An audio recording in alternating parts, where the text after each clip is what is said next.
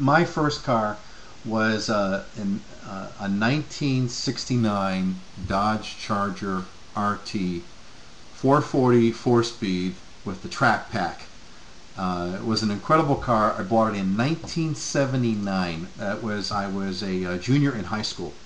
Bought the car for $1,800, and this was before the muscle car craze. It was an all original Survivor car. It had 50,000 miles on it, and the story is long and it's incredible. And so I don't know how much detail I can stuff in here, but I need to go over it very quickly because what's amazing about this car is my family, my brother, still has the car to this day. 2010, over 30 years later, we still have the Charger. We just call it the Charger because that's what the whole family knows it by. And it's not just, it wasn't a simple road. The Charger has it's gone through an incredible story. For example, I had the car bought in 1979, blew a freeze plug in 1982 doing 120 miles an hour on a highway in Illinois. And ever since 1982, I never drove the car again. I thought it was I went to fix the motor. I thought it was actually a blown head gasket. I took the motor apart, put it back together again, found out it was the freeze plug, fixed the freeze plug. Then I decided for some reason to take the car apart because it was originally silver, and I wanted to paint it yellow, like Dirty Mary, Crazy Larry. And so I took the car apart, never put it back together again, sent it off to a machine shop, put a Dyer 671 blower on it, pulled the Hemi 4-speed, stuck an automatic transmission. 1984, I move away from Illinois, I move to Hawaii, leave the car at home, tell my brother to sell it because I need the cash. My brother tries to sell it, can't sell it. Who buys it?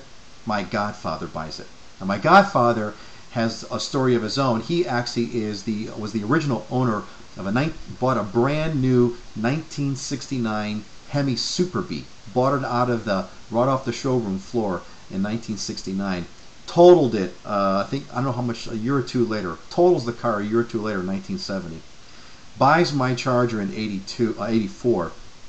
Puts it back together again with the blower, paints it B5 blue.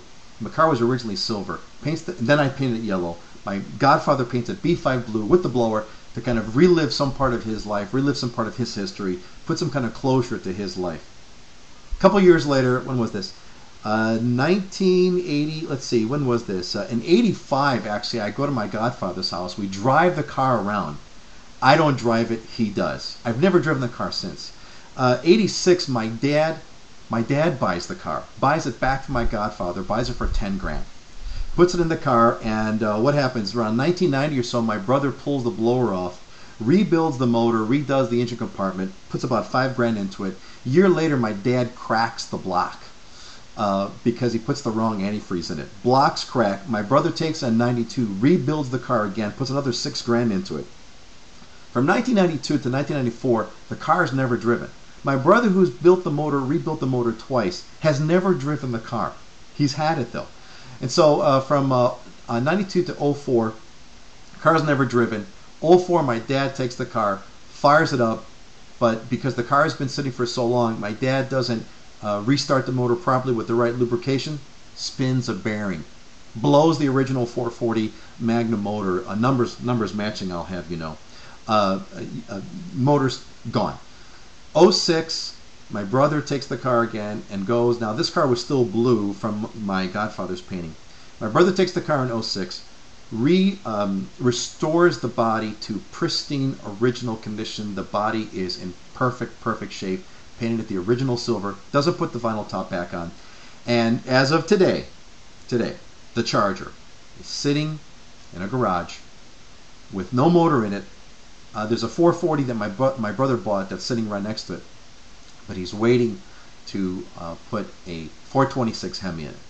So my first car, my first love, is still with us. It was an amazing car, an incredible car. We got all kinds of stories about it, and I think you're going to be hard pressed to find a better my first car story than this one.